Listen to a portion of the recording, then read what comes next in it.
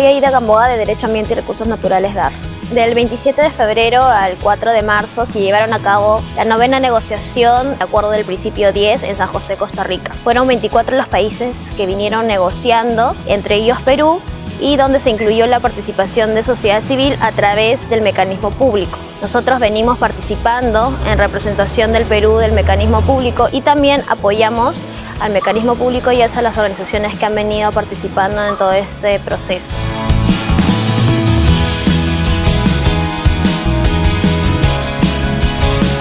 Los beneficios que va a traer el acuerdo regional para el Perú son, en primer lugar, fortalecer los avances que han habido en esta materia respecto a las instituciones públicas, por ejemplo, el Ministerio del Ambiente, el Organismo de Fiscalización Ambiental, el Servicio Nacional de Certificación Ambiental, han venido haciendo avances respecto a acceso a la información, participación, justicia ambiental. Además, también va a fortalecer las acciones que hace sociedad civil de seguimiento y promoción a estos derechos. Otro tema importante va a ser los defensores ambientales. Como hemos visto en el Perú, últimamente los conflictos sociales han incrementado respecto a la falta de información ambiental, y con la aprobación de este acuerdo va a implicar que ahora sociedad civil y las poblaciones vulnerables, las comunidades indígenas, los pueblos indígenas puedan acceder a mayor información ambiental respecto a los proyectos extractivos, a las políticas, a los programas ambientales, entre otros puntos. Este acuerdo también va a beneficiar a que las poblaciones indígenas y las poblaciones locales participen activamente en las tomas de decisiones de la gestión ambiental y de los proyectos de inversión. Se ha intentado elevar los estándares de cada país para que las poblaciones puedan tener mayor información, por ejemplo, en los procesos de licitación pública de los proyectos o en los procesos de evaluación ambiental de los proyectos de inversión, en la fiscalización y en el monitoreo de las inversiones. El acuerdo va a traer obligaciones concretas a las instituciones públicas, a las empresas, en acceso a la información, participación y justicia ambiental. Actualmente la región vive una situación de conflictividad social, ¿no?, de amenazas a los defensores y defensoras del medio ambiente, de mucha corrupción y de grandes impactos de los grandes proyectos extractivos y de infraestructura. Con este acuerdo lo que se trata es de elevar los estándares de cada país para que las poblaciones puedan acceder a mayor información. Asimismo puedan, por ejemplo, participar en procesos de consulta, procesos de participación ciudadana de manera efectiva para que sean partícipes directamente de la toma de decisiones públicas.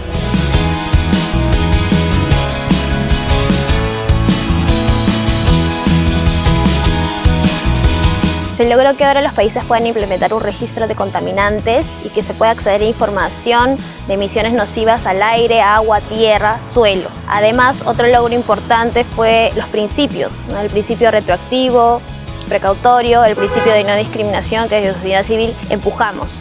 Un importante paso y reconocimiento ha sido incluir el artículo sobre defensores de derechos humanos y medio ambiente dentro del acuerdo. Eso ha sido un gran logro para América Latina y el Caribe, porque de esta forma se está reconociendo la situación actual que vive nuestra región de amenazas, vulneraciones, criminalización, matanzas a líderes indígenas o a líderes locales que vienen defendiendo el medio ambiente y que han sido amenazados, violentados por defender sus derechos y proteger sus territorios sobre amenazas y impactos socioambientales. Otro punto elemental ha sido también la inclusión de las definiciones sobre poblaciones o personas en situación de vulnerabilidad, que ha sido también un logro de sociedad civil, y es otro reconocimiento a nivel regional, donde los países van a tener que implementar medidas específicas para aquellas poblaciones que no pueden acceder a información por lengua, porque viven en territorios muy alejados donde se encuentra la información, por el tema de discriminación, por edad, por sexo, género, entre otros elementos, y que es un importante logro para América Latina y sobre todo para la sociedad civil.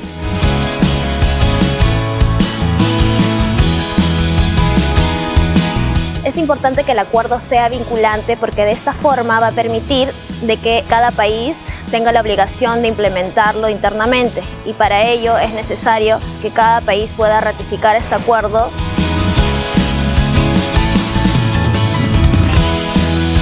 ¿Permitiría entonces la sala de que pudiéramos convenir este artículo 323 sobre reservas? Sí, convenido.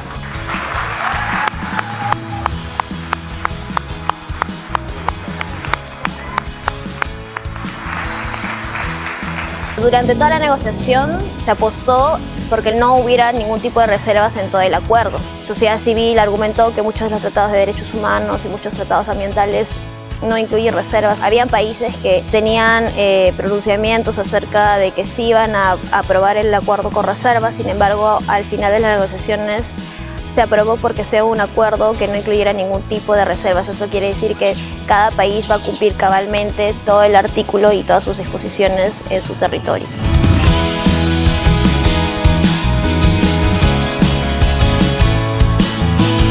Por ejemplo, la modalidad de participación en este acuerdo ha sido reconocida internacionalmente como un estándar o como un modelo para otros acuerdos internacionales, ¿no? Sociedad civil no solamente participó dentro de la negociación como observador o como oyente, sino también tuvo la capacidad de hacer escuchar su voz. Y nosotros, a través de este mecanismo, del mecanismo público, pudimos recoger todas las observaciones y recomendaciones de otras organizaciones de sociedad civil y llevarlo a la asamblea o a la negociación directa con los estados. Y eso también permitió a sociedad civil poder aprender de cómo se negocia con otros gobiernos y fortalecer nuestras acciones de incidencia.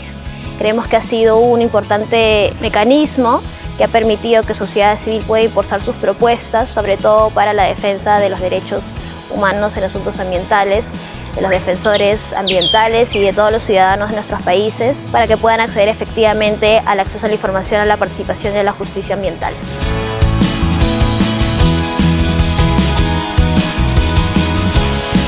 En realidad hubieron varios elementos donde sociedad civil tenía mejores propuestas, ¿no?, para elevar aún más a un estándar a nivel regional. Por ejemplo, en el tema de acceso a la información, nosotros discutimos, por ejemplo, cuál era la definición de lo que es información ambiental.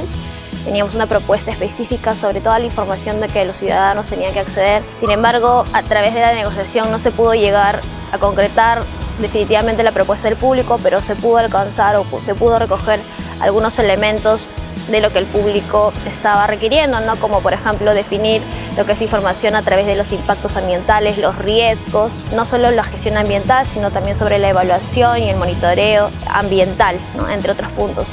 Otro elemento que también sociedad civil apostó fue por la definición de público. Todavía nosotros pensamos que la definición de público podía haber sido un poco más amplia y no ser restrictiva, por ejemplo, a solamente organizaciones, personas u otros actores que se encuentren dentro de la jurisdicción nacional de cada país. Por ejemplo, las organizaciones o personas que hacen investigación en Perú, pero que se encuentran laborando en Brasil, Colombia, o que de repente también están en Europa o en Estados Unidos o en otros continentes, pudieran acceder a información acá en el país. Sin embargo, esto a través de la aprobación del acuerdo se hizo explícito que público van a ser aquellas personas que están dentro de una jurisdicción nacional. Desde Sociedad Civil nosotros apostábamos porque sea más amplio, porque no se restringiera a la jurisdicción nacional, sino que pudiera haber personas de otros países y que no encontrándose en el territorio pudieran acceder a esta información. Otro elemento que no se logró fue que no hay un reconocimiento expreso a aquellos que tengan derecho a emprender acciones legales en asuntos ambientales, lo que es la legitimación activa amplia, y que se supeditó a que sea dentro de la jurisdicción nacional. Además, tampoco se incluyó que haya comunicaciones desde el público al comité de facilitación, que va a ser un órgano dentro del acuerdo y que va a hacer seguimiento a la implementación de este acuerdo, y que pensamos que hubiera sido una buena oportunidad para que haya una mayor participación del público y de las organizaciones de sociedad civil en América Latina y el Caribe.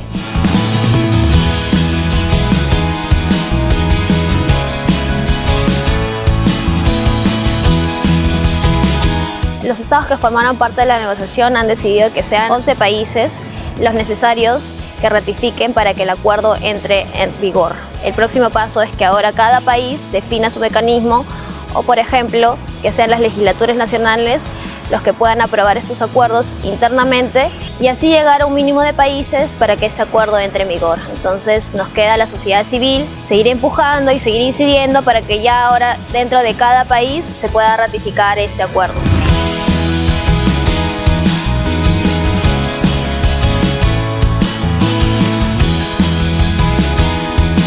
Dado SAR viene siguiendo y monitoreando el acuerdo regional del principio 10 desde el 2015 y desde 2006 nosotros venimos participando directamente en las negociaciones, apoyando a las organizaciones que pertenecen al mecanismo público y a los representantes del mecanismo público, ¿no? Generando incidencia, teniendo reuniones con el Ministerio del Ambiente y con el Ministerio de Relaciones Exteriores en Perú, dando recomendaciones a las propuestas de los artículos que se negociaban en el acuerdo. Además, también nosotros participábamos en la construcción de las propuestas de cada artículo en conjunto con sociedad civil de América Latina y el Caribe. De igual modo, nosotros también hemos apoyado en acciones comunicacionales al mecanismo público y a las organizaciones que hacían seguimiento al acuerdo del principio 10.